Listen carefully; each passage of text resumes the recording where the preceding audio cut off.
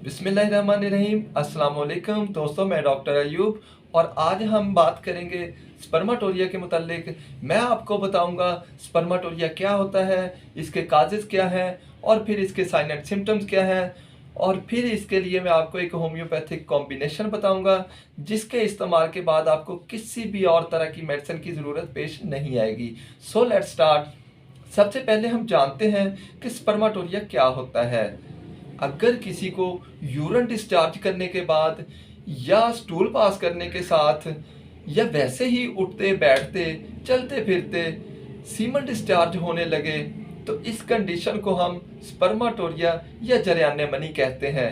इस बीमारी में पेशेंट का पीनस बता नहीं पाता और खुद ब खुद ही सीमन डिस्चार्ज होने लगता है। और अगर ये बीमारी लंबा अरसा रहे तो चूंकि इस डिस्चार्ज होने वाले सीमन में स्पर्म भी पाए जाते हैं, तो जिसकी वजह से अगर ये बीमारी लंबा अरसा रहती है तो पेशेंट को ओलिगोस्पर्मिया भी हो सकता है। तो अब हम बात करते हैं इसके काजेज़ की।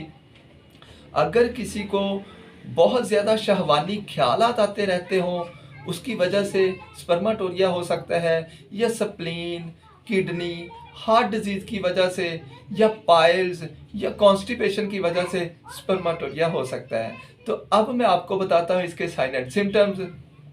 अगर किसी को स्पर्माटोरिया हो तो उसको बहुत ज़्यादा थकावट महसूस होती है, उसको बहुत ज़्यादा वीकनेस हो जाती है और उसको हार्ट डिजीज़ हो सकती है या ऑर्काइटिस यानी फोतों की सोजिश हो सकती है।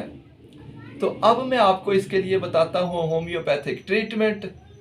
दोस्तों, इसकी सबसे पहली और बहुत ही इफेक्टिव मेडिसिन है सिलीनियम 200, और इसकी दूसरी और स्पर्माटोरिया के लिए इंतहाई इफ़ेक्टिव और स्पर्माटोरिया की वजह से होने वाली वीकनेस को ख़त्म करने के लिए बहुत ही इफ़ेक्टिव मेडिसिन है एसिड फास्ट 200, और इसकी थर्ड और लास्ट मेडिसिन है कलकेरिया फास्ट 200। इन तीनों मेडिसिन को बराबर मिकदार में लें और तीनों को मिलाकर 10 कतरे सुबह, 10 दोपहर और 10 शाम यूज़ करें। चंद दिन के इस्तेमाल से ही आपका स्पर्माटोरिया का प्रॉब्लम हमेशा के लिए ठीक हो जाएगा। कैसी लगी ये वीडियो? अगर अच्छी लगी हो इसे लाइक, शेयर और मेरे चैनल को सब्सक्राइब करना मत भूलिएगा। अब तक के लिए इतना ही, मिलेंगे इंशाल्लाह एक नई वीडियो में। तब तक के लिए खुदा हाफिज़।